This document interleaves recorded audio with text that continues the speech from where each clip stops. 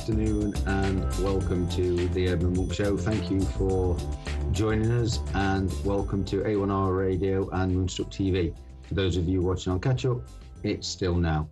So this is what the Urban Monk is about, living in the now, being present, and I would like to just spend tonight having a bit of a recap.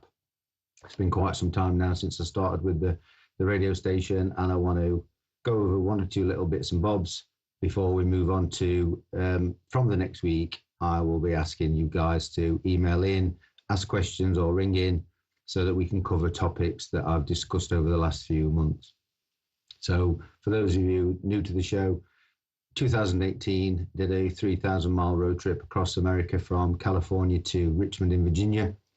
At the time, functioning alcoholic, the fact that I was chasing after every single thing that I wanted in life, I realized that the only time and the only place to achieve what you really want to do is in the now, by being present. I'd spent years chasing after what it was I thought I wanted, when really I was missing out on the beauty and the here and the now. That it led me on, and for people that have seen the show before, you realize it led me on to work on the brain and neuroscience and how the brain and the thoughts affect who we are and what we do. That ultimately then led on to the law of attraction and its ongoing resonance, if you like, within the universe and the universal law.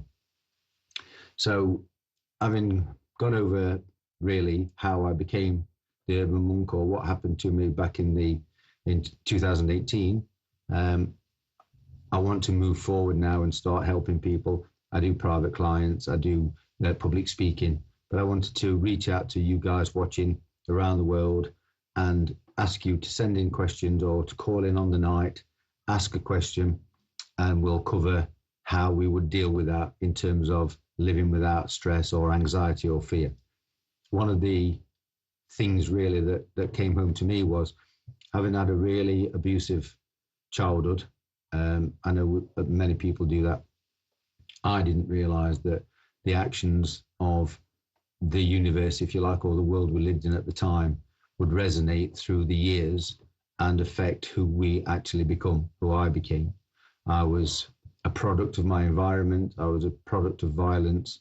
I was born to an alcoholic father, and ultimately that led to me, believe it or not, becoming an alcoholic myself. I became, or was probably programmed to be a narcissist. I was very judgmental, very cruel, spent all my time using people to try and achieve what it was that I wanted. It was only in 2018 when I realized that the moment is all we really have. And as I said at the introduction, those people watching on catch up are actually watching it now, which we know is not this now, but tomorrow when they log onto it, or the day after when they log onto it, they'll do it in the moment, at the time, in the now. But that's all there really ever is. If you're watching it now. If you're watching it on catch up, it's still now. Okay. So I realized then that we have to make the most of every single second, because that's all we have. I've quoted many times on the show that a new day is a new life to a wise man. So every day you wake up, you start a new life. You go to sleep, which is like dying.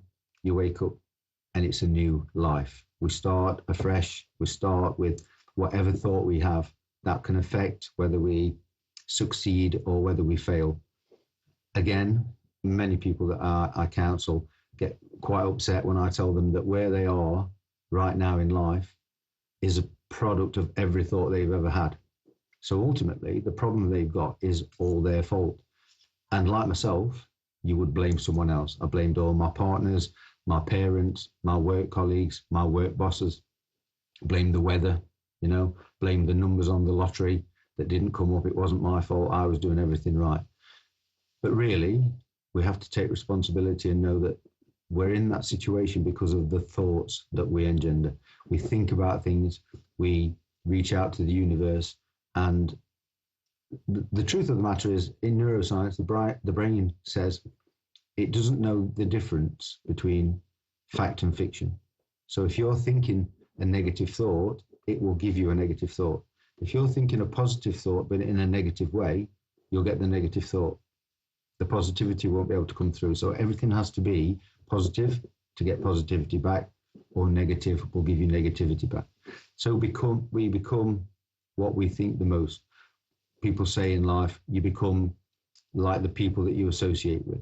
So if you look at the sum total of, I think it's 5 or 7 people, the most popular 5 or 7 people in your circle, you become like them. And for years I was a police officer, and that's quite true. I've seen really nice, decent, hardworking human beings fall foul to drugs because they start to associate with drug dealers. The drug dealer then entices them to have a try because it's not that bad. And it goes on to become what they actually become in life, a drug dealer themselves. People who become millionaires associate with people that know how to become a millionaire. You know, somebody might get a lucky break, but then they link into that money mindset. So what I'm basically saying is the way that the mind works, the way the brain works, is what you think about the most is what you're ultimately going to get. A couple of examples in my own personal life that I kind of just dismissed until I became the Urban Monk in 2018. I would do silly things like book a holiday. I booked a holiday for my family. I didn't know how I was going to pay for it. It was a long haul holiday. It was to take the children to Florida. I just put the deposit down. I'd got 6 months or so to pay for it. I had no idea where the money was going to come from, but I focused on that holiday. Didn't matter what, somehow I was going to do it. And the month before I was due to make the payment, a letter fell through the letterbox, and I opened it up, and it was a cheque for £2,500 from the solicitor that had dealt with a purchase of a new house that I'd made some 18 months ago. That £2,500 was the exact amount of money that I needed to pay for that holiday. Because I set a goal, I focused on that goal and didn't let anything deter me. Where am I going to get the money from? I don't know. What if I lose my job? Oh, I'm never going to pay for it. All those thoughts never entered my mind. I made a decision and I was going to go for it. And the money that was sent from the solicitor wasn't really something that I'd put into a trust fund for them to use. It was donated by the actual builder of the house that I bought. Another example, when I went on a year's career break from the police, I went to America, determined to stay over there, didn't know how I was going to fund it. I went over with no money, no job, taking a sabbatical from the police, so I didn't get paid. I was going to go over there, and it was a 3-month trip. I'd got something like £200 in the bank. I had no idea what I was going to do. And the morning of my 55th birthday, which is about 3 months before I was due to leave, I woke up to find the government had announced that when you get to 55, you can cash in a personal pension. Something that had never been done before, you weren't allowed to do it. So on my 55th birthday, on the TV, it said you can cash in a personal pension plan. Well, I had one that was only going to mature when I was 65, some way down the line, which would be worth £1,500 per year because it was such a small pension. So I made the call. I requested that the actual pension be paid out, and I heard the tapping of the keyboard while the girl worked out the process, and she said, yes, that will be £25,000, and less their commission, £22,000 dropped into my bank the next working day. So because I'd set myself a goal, I was going to America, nothing was going to stop me. I single-mindedly put that out into the universe. I had no negative thoughts about it. I didn't know how I was going to survive while I was there. I just knew that I was going to do. And by letting go, everything comes to us. Seek and ye shall find, ask and you shall receive, knock and the door will be open to you. All these things are in the Bible, and they've been said for thousands of years. So when I came across sayings like that or statements like that, for people like Jesus and Buddha and Marcus Aurelius, Google Marcus Aurelius, the Roman emperor, it featured in the film Gladiator, but the guy actually existed. And when these people are saying such profound, enlightening statements, then they can't be wrong. We've lost sight and we've lost track of where we're actually supposed to be as spiritual beings. By being in the now, by being present, spirituality comes naturally. The law of attraction attracts that to you. It's all about being in the now and being present. So I'm going to cut it short tonight because I need to just take time out and get back in touch with the universe. I need to get ready for sending out vibes to you guys, ready for questions.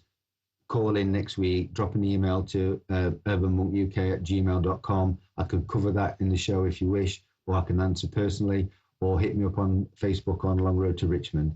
And until then, I'll see you next week. Take care, guys.